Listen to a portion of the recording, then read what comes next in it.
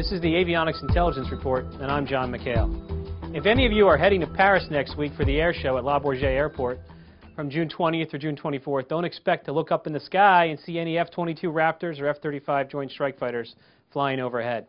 Lockheed Martin tells me that neither fifth-generation fighter will be flying over or on static display at this year's event. It was the same last year at Farnborough and 2 years ago in Paris. Just when are they going to roll these jets out at an air show? Lockheed and the DoD put out a press release every time it moves one of these from an air base to another air base. How about having to do a flyby at an air show during one of those moves? Covering Paris is always interesting. Anyone who is anyone in the aerospace world is there. But the best thing about it is the air show part.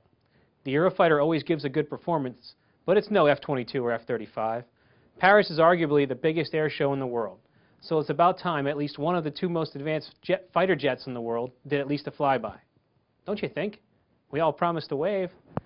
Okay, enough about what isn't going to be in Paris. What about what is going to be there? Making an appearance at the event this year will be the Boeing 787 Dreamliner. The ZA001 787 flight test aircraft with full Dreamliner livery will be at the show from June 22nd to June 23rd. The jet program is less than a year from deployment with its first operator, All Nippon Airways. The airline and Boeing have completed pilot training and validation on the aircraft to date. Boeing is also bringing its new 747-8 intercontinental passenger and freighter jets to the event. The 747-8 intercontinental passenger jet arrives June 19th and will be on static display till June 21st. The freighter version arrives June 20th and stays for another 2 days.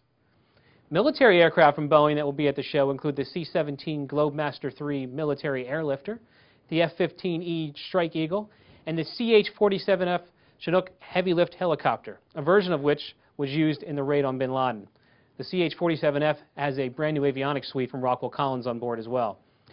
The Airbus static display at the show will include an A380, an Airbus corporate jet, the Airbus military A400M, and the C295. The A380 and the A400M also will be flying over every day at the show. Another aircraft that will be flying at the show that is also popular among readers of our Avionics Intelligence site is the Sukhoi Superjet 100. The Superjet will be part of a static display and also be doing flight demonstrations. Fans of unmanned aircraft will be excited to know that the Predator B will make its first appearance at Le Bourget in the U.S. Department of Defense area in a static display.